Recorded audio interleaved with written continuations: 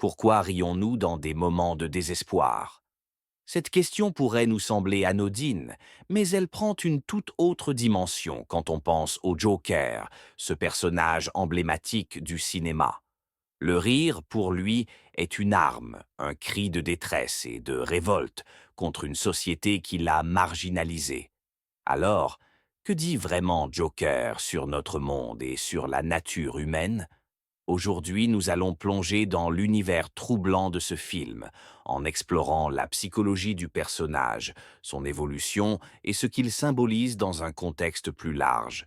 Dans le film Joker, réalisé par Todd Phillips, le personnage principal, Arthur Fleck, est un homme brisé, rejeté par la société.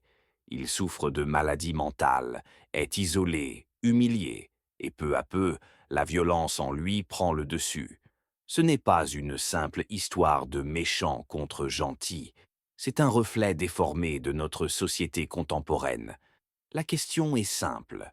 Arthur Fleck devient-il le Joker à cause de ses faiblesses personnelles, ou est-il façonné par une société indifférente et parfois cruelle? Le philosophe français Jean-Jacques Rousseau, dans son discours sur l'inégalité, écrivait que l'homme naît bon. C'est la société qui le corrompt. Ce point de vue semble illustré dans Joker, où le protagoniste, pourtant en quête d'amour et d'attention, est progressivement détruit par l'hostilité du monde qui l'entoure. Le rire est au cœur du personnage du Joker. Pourtant, ce n'est pas un rire de joie, mais plutôt une réponse à la douleur. Arthur Fleck souffre d'un trouble neurologique qui le fait rire dans des situations inappropriées. Ce rire incontrôlable devient alors un symbole de son impuissance face à la société.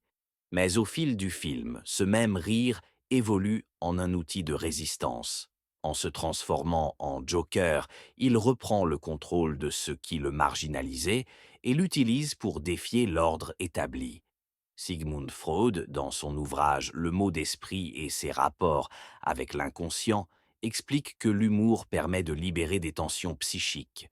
Ainsi, pour Arthur Fleck, le rire devient une forme de survie, un mécanisme de défense face à une société qui refuse de le voir. Le Joker fait alors du chaos une forme de rébellion, nous rappelant cette phrase célèbre de Nietzsche.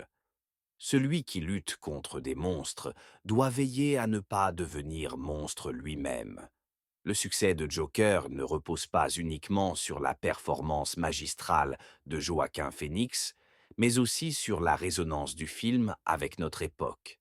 Arthur Fleck, comme beaucoup d'anti-héros modernes, devient un miroir de notre monde, où les inégalités sociales, la solitude et la déshumanisation sont des thèmes récurrents. Dans le contexte de notre société actuelle, le personnage du Joker nous force à réfléchir. Que se passe-t-il lorsque ceux qui sont en marge de la société ne trouvent aucune aide, aucun soutien?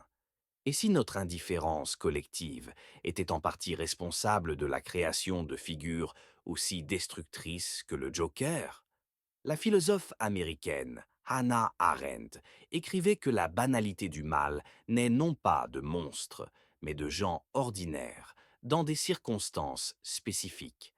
Joker nous pousse à nous demander jusqu'à quel point sommes-nous responsables de ce qui arrive à ceux qui, comme Arthur, sombrent dans la folie. En fin de compte, Joker n'est pas simplement un film sur un homme qui devient un criminel.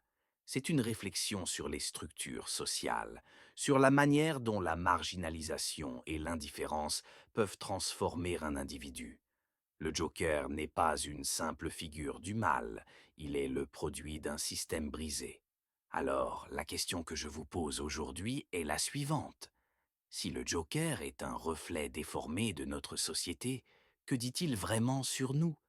Est-il possible que la manière dont nous traitons les plus vulnérables puisse, d'une certaine façon, nourrir ce chaos que nous craignons tant?